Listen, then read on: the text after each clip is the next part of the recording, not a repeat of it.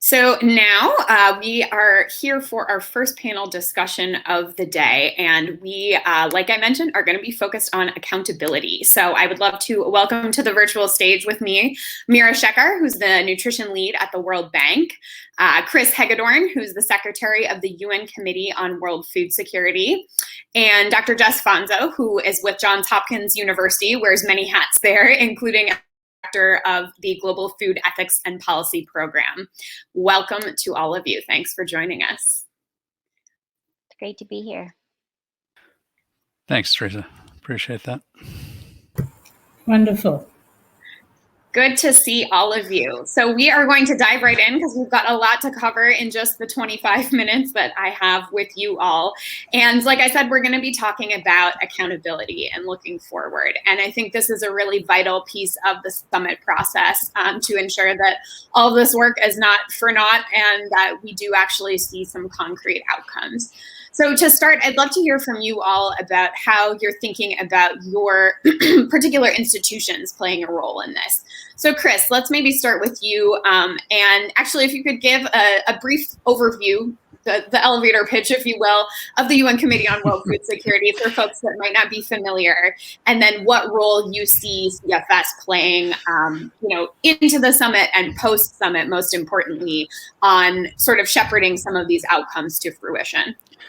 Thanks, Teresa. Great, and appreciate the invite. Very good intro by you and your colleague. So the CFS, it's actually very familiar with summitry because the CFS was actually born from a summit in 1974.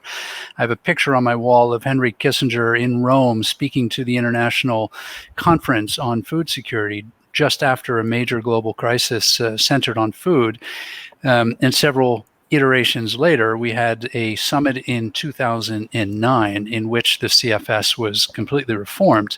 Now, at that time, and you'll recall this follows upon a food, feed, fiber, and global financial crisis, which led to a food crisis.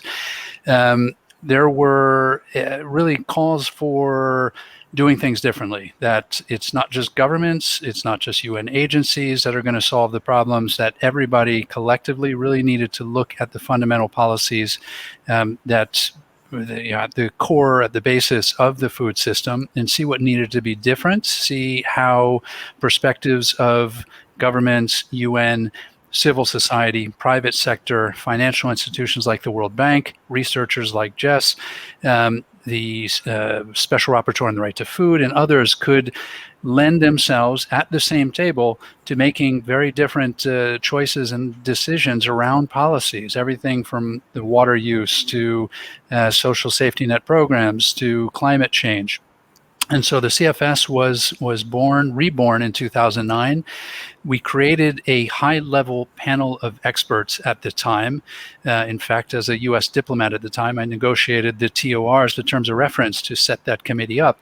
And in fact, Jess served on that committee as the project team leader for report number 12 on food systems and nutrition. We've been working on this topic since 2015, 2016. So food system transformation is anything but new to the CFS. It is the UN's platform for SDG 2 policy convergence, and this is where we hope the CFS is actually strengthened as a result of the summit preparations, but we'll get to that in a moment. Excellent. Thank you, Chris. And Meera, how about your view from the World Bank? What role do you envision that institution and perhaps other multilateral development banks playing in carrying this agenda forward? Okay, great. So I think, as Chris has said, and perhaps several other people have said yesterday as well, that we are at a point in time where there's an absolutely urgent need to reform what is an unhealthy, unjust, and unsustainable food system. So that's where we, the World Bank, are coming from. And just to say, at the bank, we don't talk about food security alone these days. We talk about food and nutrition security. And it's a term that we use consistently because those two things go together. And I'm hoping that many of the other partners who are listening on will also recognize that these two terms go together. It's food and nutrition security.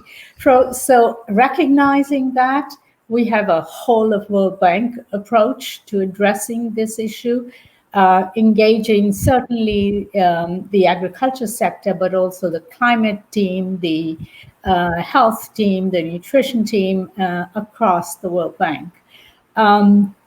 We are responsible for the financing track or the financing cross-cutting theme, which our teams are working on, and it's an area that both the World Bank as well as the other multilateral development bank and other bilateral partners have a key role to play as well. So that's sort of the direction we're moving in. We're also very mindful of the fact, as was said yesterday, that this is a different kind of summit. It's not focused on a narrow agenda. It's really focused on a systems approach. In the past, we've talked about health systems. We've never really had a conversation about food systems that span so many challenges across the whole system. So that's what the bank is hoping to focus on. We've started the work already, and we'll continue to do so going forward.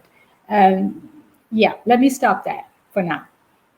Thanks, Meera. And Jess, as Chris mentioned, you have been involved with the high-level panel of experts, but you also have played a role in a multitude of different institutions, as a researcher, as an advisor, including FAO, WFP. You've been an advisor at IFPRI, the Sun Movement, USAID. So a lot of these folks are going to have a role in this accountability mechanism as well. What are you as a researcher looking for in terms of these institutions actually carrying this agenda? Yeah, I guess what I'm looking for is accountability and how do we measure it and monitor it coming out of the summit. And I think both Chris and Meera have eloquently said that we're going to need a lot of different groups coming together because there's so many institutions that touch and act and work in food systems. So we're going to need all hands on deck.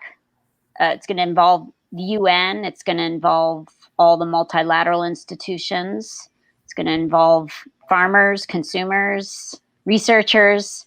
Because Meera didn't go into too much detail, but her words are so true that we need a significant change to the way food systems are governed and managed and functioning for a multitude of reasons: malnutrition, climate change, inequities. So it's going to take a lot of different people working together, but it's how do we, following the summit, hold people to account, hold different institutions to account? How do we measure and monitor that accountability? And who should do that? To me, I'm hoping for an independent mechanism to establish some sort of accountability framework. But that's really hard to find because everyone has a vested interest in food systems. So who's independent? So I think that's really kind of the challenge. I mean, as a researcher, I could argue that the universities should do that, but they too have a vested interest. Scientists come to the table with their own biases. So it's challenging in that sense from a food systems perspective because we are all experts in food systems. We eat every day. We engage in this system every day, unlike other systems that we don't engage in. Hopefully we don't engage in the health system every day. But so we're all vested in it. So how do we develop some sort of accountability mechanism that's credible and independent and rigorous? That's the challenge I think that we have.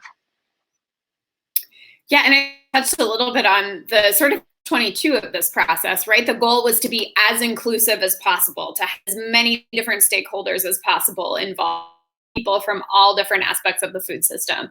But then because of that, who's in charge at the end of the day, in charge of holding people accountable. You find somebody that doesn't have, like you said, a vested interest in one of those areas. I think that definitely is the difficult part for sure. And Jess, one of the things that you've done as well has been data.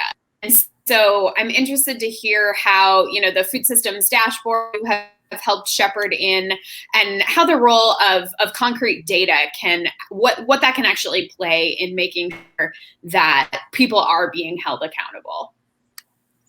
Data evidence and all of its different facets and forms is of critical importance to help shape policies, to help give guidance and shed light on how food systems are performing, which directions they're going in, and how do we deal with some of the trade-offs of the many outcomes that we ask of food systems. Meera and Chris know this both well, sitting at the World Bank, which also generates a lot of evidence and a lot of data. We have FAO that generates a lot of evidence and data. The high-level panel of experts that Chris mentioned synthesizes a lot of that data into very important reports that member states read and shapes their policies. Of course, we have gaps in how food systems are performing. Of course, we have gaps in how to diagnose food systems, but there is a lot of data out there. It's how do we use it effectively and get it in the hands of policymakers in a way that is useful for them to make some hard decisions that they'll have to be confronted with. Of course, academia is important in that, but many of the UN agencies, World Bank, other think tanks have been really important in bringing data to the table for policymakers. And the importance of institutions like World Bank and CFS and other UN agencies is they're much closer to the policymaker than academia is. We value peer-reviewed publications, but policymakers don't read those. So those agencies are really important in shedding more tangible light on that data and bringing it to the policymakers that will be sitting at the summit. And the dashboard, we tried to pull data together from World Bank, FAO, many other sources into one place, and it's one place. Although there are many other databases out there where people can look at food systems and see how they're functioning. Yeah, I think you made a great point about, how we get this data to policymakers and how we make sure that people making decisions actually have information they need. And Chris, you're no stranger to bringing multiple stakeholders, under the auspices of CFS. So you do have a little bit of experience, sort of shepherding cats, if you will, of all these different people that, might have a little bit of a disparate agenda, but ultimately the goal, ought to be the same. So at CFS, you've got all of these policymakers. You do have country governments, you have representatives from governments, you have a private sector mechanism. So you've got business interests that obviously are very vested. And then you also have the civil society mechanism. So civil society groups that often find their agenda not in line with maybe some of those other makers or folks that are at your table. So tell us a little bit about how you have navigated that process in the past, sort of being a convener of, folks that might not have the same agenda, and how you envision that playing out over this summit process, and, taking and synthesizing some of these summit outcomes when you've got a lot of people that might not have the same priorities. Absolutely. Yeah, Teresa, it's exactly the right question, because we're all struggling with this. Meera at the World Bank, Jess at an academic institution, right? We all have our own personal hats. We all have institutional responsibilities, usually to governing bodies of some sort or another. CFS is 130 governments. It is a advisory group comprised of 14 different entities, including the World Bank, including Gates Foundation, the CSM and PSM, as you rightfully said. So getting them lined up, cats in a wheelbarrow is one analogy, but it is a relentless process of trying to listen, right? You never know what people think until you ask them the question and take the time to listen. So we have many open events. We have open-ended working groups that are open to the public. And then we have a negotiated program of work. It's a 4-year, multi-year program of work. And in that process, we solicited inputs about what priorities were. We took the CFS high-level panel of experts recommendations on emerging issues and priorities. We used that as the basis for an open debate about what the CFS should be focused on. And in that context, we came up with agreements to work on voluntary guidelines for food systems and nutrition, which were just adopted in February. We included policy recommendations on agroecological and other innovative approaches to food security and nutrition, adopted on June 4th. And now we're working on voluntary guidelines for women's and girls' empowerment and gender equality, data systems, which I'll mention in a moment, youth, and inequalities. So these are all at the absolute heart of what is now being discussed in action tracks and solution clusters. So our work is very relevant, and it does bring in the global community in a way that no other institution in the UN does. Now, on data systems and collection tools are one of the projects that are coming up. We will have policy recommendations that are negotiated and released in 2023. We just picked a project team similar to the one Jess led on food systems and nutrition to lead on data systems. We had a public event on the 5th of July, and we've identified just what a massive project really this issue is, what a major gap. Most governments are not collecting the data that is relevant to effective policymaking. Even if they do collect data, it's not necessarily translated into effective policy making. So there are a number of organizations from whom we are asking advice and their expertise to participate in this process. And we certainly welcome Jess and the others working on the dashboard and different data collection tools. The World Bank is one example that it collects a ton of data. We want them to bring their advice to the table in this process. Thanks, Chris. And you mentioned, all of these different work streams and different topics that CFS is already engaging on, and how those generally align with the summit agenda so far. And there actually were some that were upset that this summit process was not happening under the auspices of CFS in conjunction with the work that you all are already doing. Some in civil society thought, CFS exists for this very purpose. So why are we having this whole summit process outside of this body that we already created to be discussing these issues? Tell me a little bit about how you see that process and, integrating summit outcomes, even though the summit itself is not already under your auspices. And, yesterday we heard from a representative of the Global People's Summit, and there are some folks who have just said, I don't want to participate in this summit process because I just don't agree with the way it's being governed. All right. There are as many views and opinions as there are people involved in following. But look, there are some differences from this summit to previous ones. This is a summit that was set up by the Secretary General. Jess asked about accountability. At the moment, there is one person accountable for the success or failure of the summit, and that's the UN Secretary General. Governments were not asked to negotiate anything. Governments are now being brought in for conversations, and they'll attend and hopefully in their national dialogues will start taking decisions about and making commitments along with others like private sector, civil society, and others. But this is a bit different, and people have criticized the fact that it's not a multilateral process. There aren't, the summit organizers chose not to use institutions and organizations that were already set up through these processes that preceded this summit, 1974, 96, 2009, et cetera. So their arguments are quite valid. But if governments are not delivering, and we've seen the results of governments not delivering with 811 million people undernourished, 3 billion people who can't afford a healthy diet, there's got to be something more done. A People Summit, if this summit achieves the goal of getting more people informed, educated, and activated, I think it will be a success.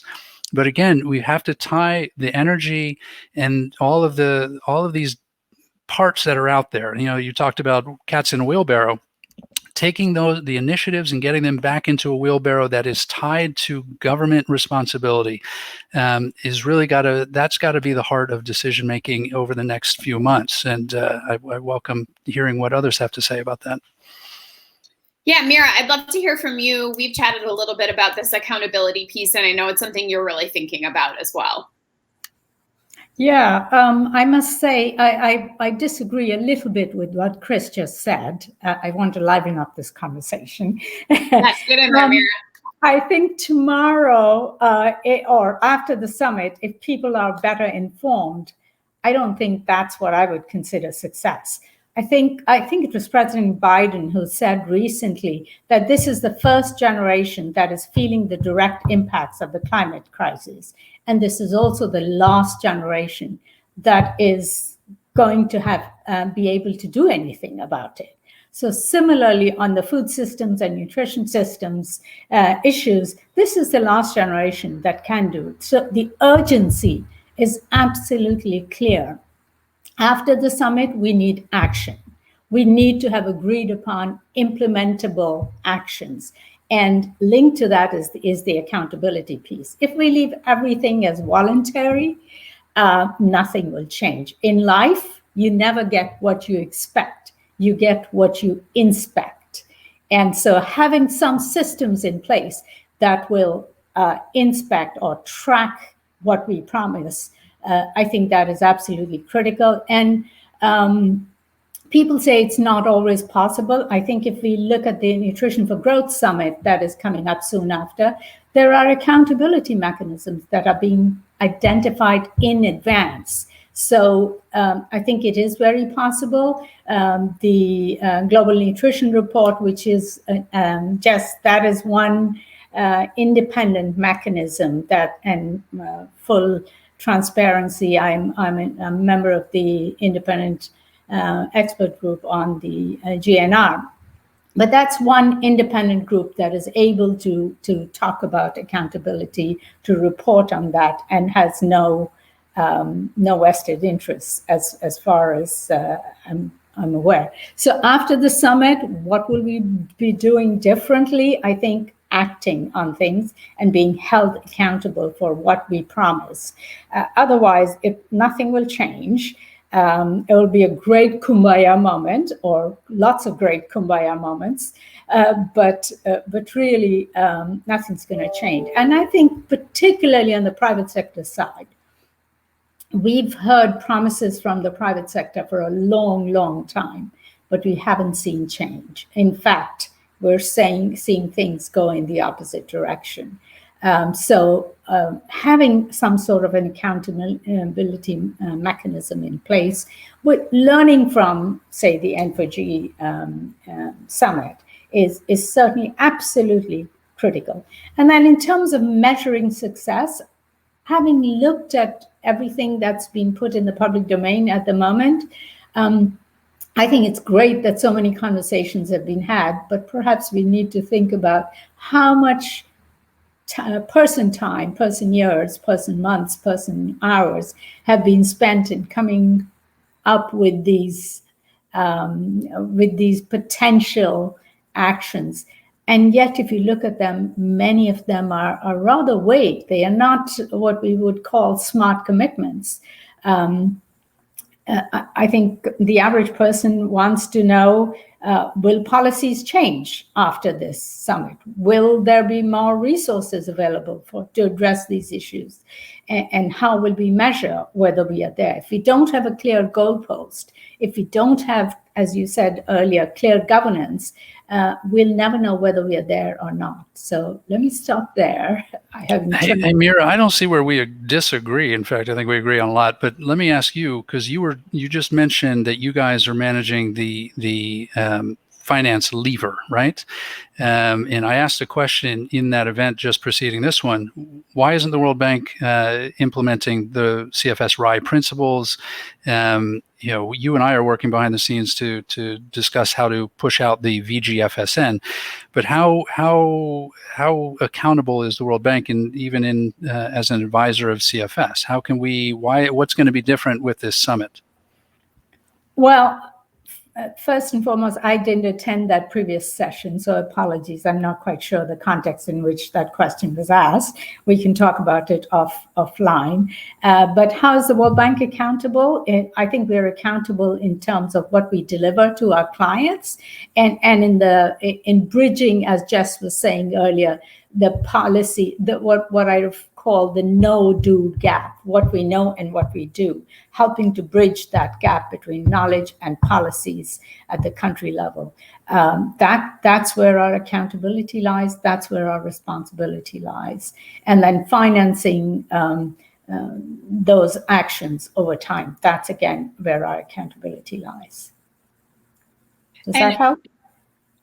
Meera, we have just a couple more moments, but I do want to ask one more question about the resources and the financing that you mentioned.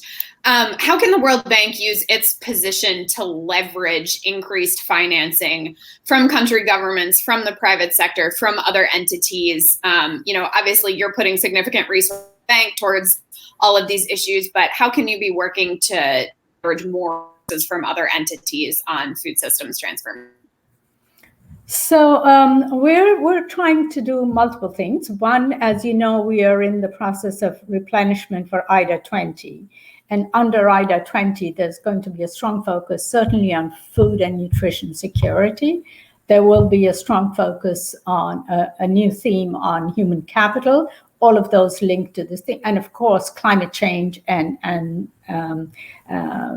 several other agendas as well. So that's under IDA 20, as well as, of course, continued IDA 19, this thing. How do we leverage other partners to finance this agenda? I'll give you a few examples.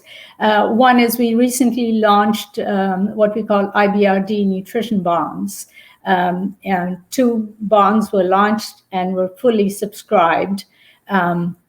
That's a new way of generating more resources for the agenda. Well, I understand that the government of Mexico launched SDG bonds by the government itself. We are encouraging more governments to do things like that to generate resources.